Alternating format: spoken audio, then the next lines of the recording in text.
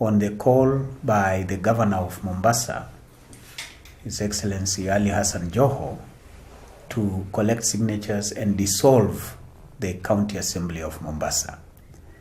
I wish from the onset to state that we as County Assemblies Forum support the move taken by the Senate of Kenya, which did discuss this as a matter of national importance in the Senate proceedings yesterday afternoon.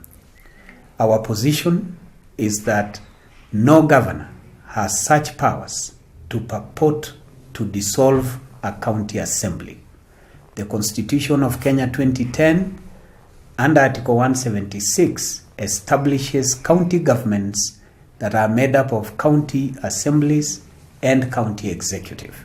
And therefore, the county governments are one government made up of two arms, and one arm cannot purport to have the powers to dissolve another arm. I wish to remind Governor Joho that he has no such powers, and as Mutula Kilonzo said yesterday, if the fact that he's a Sultan of Mombasa, he is not a Sultan of county assemblies of the Republic of Kenya. The Assembly of Mombasa is established under the Constitution. No single individual can purport to be able to dissolve that assembly. And let this go to all the governors in the country, that county assemblies are not subjects to the county executive. And therefore, we must work as one government in the 47.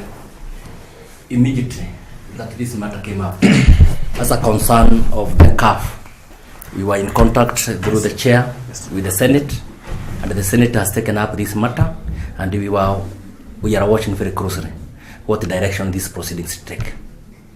Thank you. We haven't made any formal communication with the governor. This is the first instance at which we are responding to this, and after this presser, the executive committee will be sitting, and we will be writing formally to the governor of Mombasa, stating our displeasure in his statement and making him appreciate the basis for our displeasure. We want Joho